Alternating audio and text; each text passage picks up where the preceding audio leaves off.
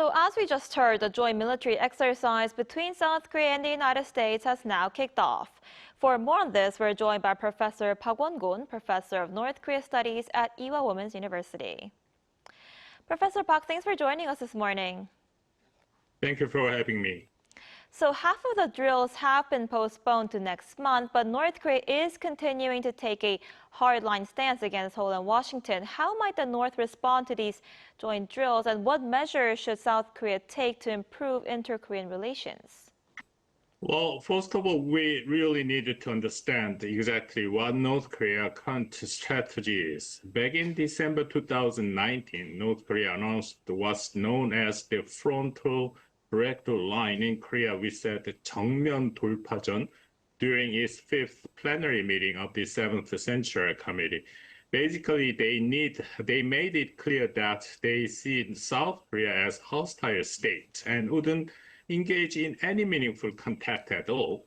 More recently, at the 9th plenary meeting of the 8th Central Committee in December 2023, Kim Jong-un himself was even more direct, saying North Korea no longer sees South Korea as the same nation, but as an enemy country, and that peaceful reunification is off the table.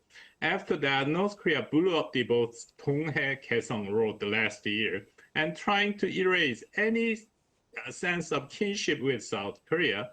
You can see this continued in the public statement from Kim Yo-jong in July, and this month too, she made it clear again that North Korea wants nothing to do with us, South Korea. Because of all of this, I think the South Korea government shouldn't rush. We should be patient. It won't change overnight. And there is a chance that the United States and North Korea might hold the summit next year sometimes. We are not 100% sure, but sometimes next year. So South Korea should focus on closely coordinating with the United States and be ready to make the most of any opportunity when the situation changes. Right, you just mentioned that South Korea needs to be patient with North Korea. It earlier took down propaganda loudspeakers near the border, but the North rejected the conciliatory gesture. Do you think this move had any effect? Honestly, South Korea does not have any much so-called asymmetric influence over the North Korea. About the only real leverage we, South Korea, have is letting outside information get into North Korea.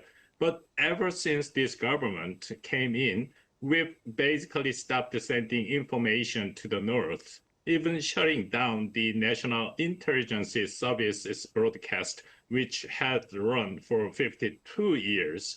North Korea is extremely sensitive about the loudspeaker broadcast. For example, after the 2015 landmine incident, when we started up the loudspeaker, North Korea actually apologized to the South for the first time since the Korean War. That shows how much those broadcasts get under their skin. Whether or not North Korea follows our lead and takes down their speakers doesn't really matter. If South Korea stops sending information, North Korea will likely stop things like the counter-broadcasting, balloon launchers, or leaflet drops too. In the short term, that lowers tension in the border states, which is good. I see. And last Friday on Liberation Day, President Lee Jae-myung said he hoped North Korea would return to the negotiating table. Will Lee's summit with Trump in Washington next week open the door for these kind of talks? Well, I think there is a good chance that issues like the Korean Peninsula, peace of the Korean Peninsula, and the North Korean denuclearization will come up in the upcoming summit. But my feeling is that 2018 Singapore's agreement might get brought back into the conversation. That deal centered on three things: improving North Korea-US relations, advancing the peace process on the Korean Peninsula, and finally, denuclearization of the Korean Peninsula. Right now, North Korea doesn't seem interested in any of those, especially not denuclearization. They haven't mentioned about denuclearization. They totally deny any kind of attempt of the denuclearization. But Singapore Agreement is something Kim Jong-un himself signed. In North Korea, there is a very important principle that leader, so-called 수령, is never wrong.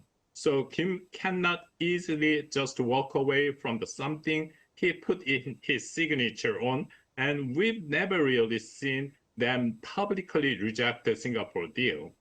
Trump, on the other hand, would probably love to revisit it. He sees the Singapore summit as one of his great achievements. So for South Korea ourselves, all three items from Singapore would contribute to regional stability and including denuclearization. But we do need to make sure the terms and objectives around denuclearization are crystal clear. I see. And instead of showing signs of returning to talks, North Korea seems to be strengthening relations with Russia, right? Yes, I think so. Especially after seeing recent meeting between Trump and Putin, Kim Jong-un probably feels that Russia, as one of the major powers standing up to the United States, is a very attractive partner. With the war in Ukraine dragging on, North Korea and Russia seem likely to grow even closer for now. But that also leaves Kim Jong-un feeling a little bit uneasy about this situation. If you look at the recent Trump-Putin exchanges, it is clear that the fate of smaller countries, I'm talking about Ukraine, they can be decided by deals or compromise between the big powers. Even if North Korea's relationship with Russia is good now, but there is no guarantee Russia won't cut a deal with the United States in the future and leave North Korea out in the court. In fact, Russia is more likely to use their leverage to get what it wants from the United States, even if that means putting the squeeze on the North Korea over denuclearization. All this probably leaves Kim Jong-un with a lot to worry about that. I see. All right, Professor Park, I'm afraid that's all the time we have for today. Thank you so much for your insight. We appreciate it. Thank you very much.